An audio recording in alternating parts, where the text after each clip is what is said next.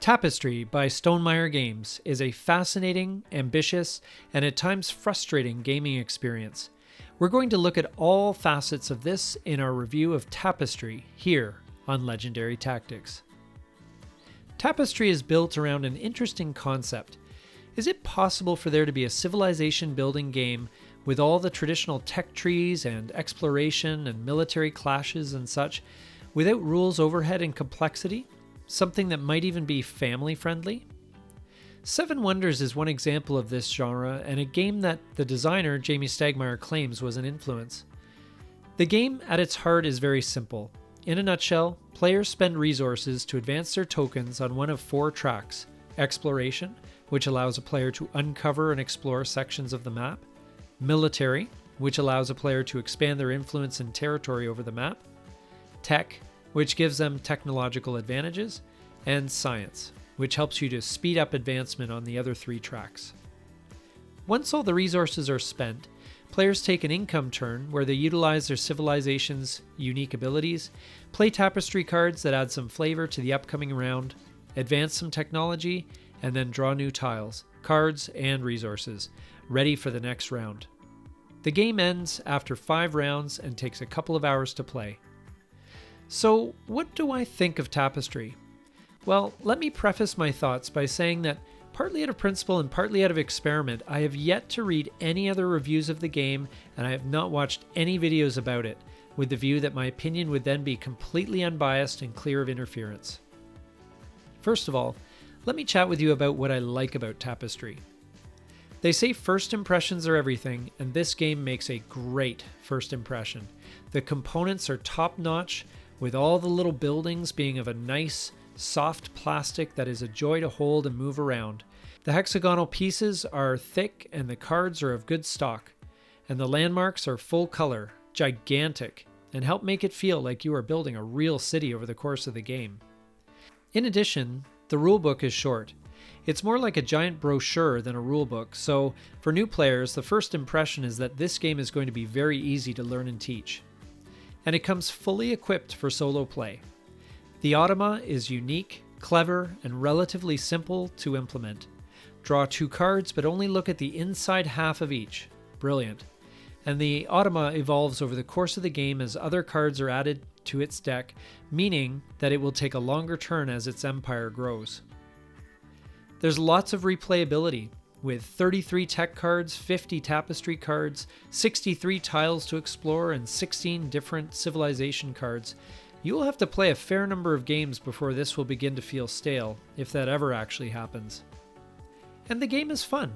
There are lots of levers to pull and lots of points to score, interactions to discover and maximize, and there is a fun sense of building an engine like any good Euro game. And now, of course, to balance things out, I will let you know what I didn't like as much about Tapestry. And as is tradition here at Legendary Tactics, we're not here to just complain, but to make suggestions on what we would have liked to have seen.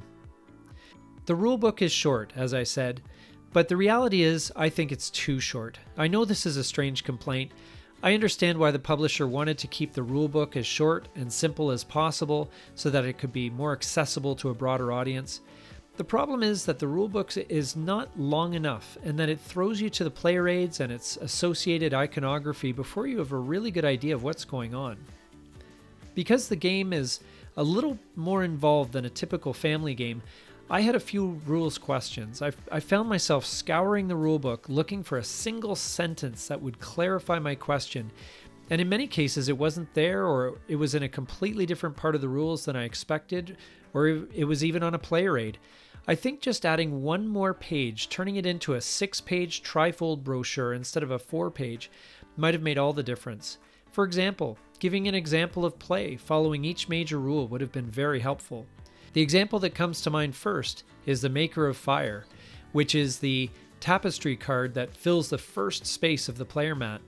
At first it seemed that one was supposed to cover that over with a tapestry card, but as it turned out, it's a placeholder because the first turn is an income turn. At least I'm pretty sure. Another thing that was surprising was the currencies: culture, workers, money, and food. A lot of the time, the currencies feel very interchangeable, as progression on the different tracks requires a resource, and it typically doesn't matter which. When you get to the higher levels, you will need to spend a specific type of resource, but it never rises to much more than an inconvenience. While I understand that this is probably for the sake of simplicity, it still feels that the currencies are for the most part the same, and I think the game loses some strategic and tactical depth as a result. The tech tree follows no logical progression. For example, in a recent game that we posted here on Legendary Tactics, my honorable opponent had gone all in on technology and had developed paper, concrete, the light bulb, and ammonia.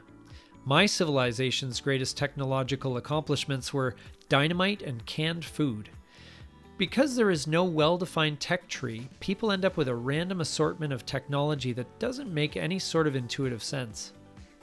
Some of the civilization cards also seem overpowered. For example, the futurists strike me as potentially one of these. Admittedly though, I think it will take a lot of plays to figure out which ones have the advantage here. And of course, player skill also has to factor into the equation. I don't have a problem with certain factions being stronger than others, as it can be an effective handicap when an experienced player goes up against a novice. However, they should generally be as balanced as possible. The Sudoku-style capital city board is an interesting but strange part of the game. Using buildings and landmarks, you can score points for each row and column that you complete, and get a resource for each group of 9 spaces you fill up.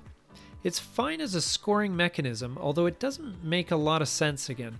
The capital city that you end up building won't look anything like a real city would, and of all the mechanics in the game, this one seems the most gamey, if that makes sense. And combat, such that it is so stylized that it doesn't really come across thematically. Ultimately, I think it is just a matter of too much streamlining, and that is certainly a design choice. There are other games out there that are more complex that offer a civilization building experience, but if you're looking to keep things simple, maybe Tapestry is an instance of one of the better ways of doing it.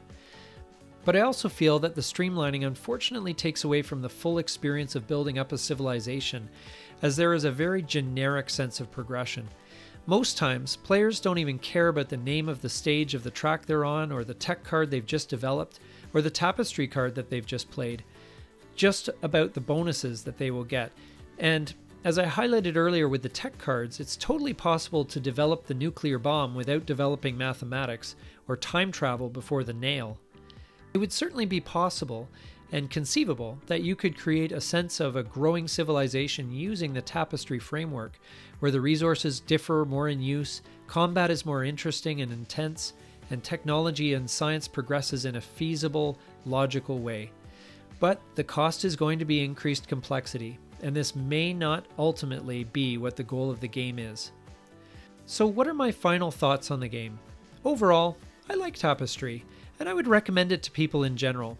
It does suffer from the problems that I mentioned earlier, which I think prevent it from becoming a true masterpiece. But if you don't focus too much on the theme and blur your eyes a bit when it comes to certain aspects, there is a good, fun, rich game here for you to enjoy. This has been our review of Tapestry.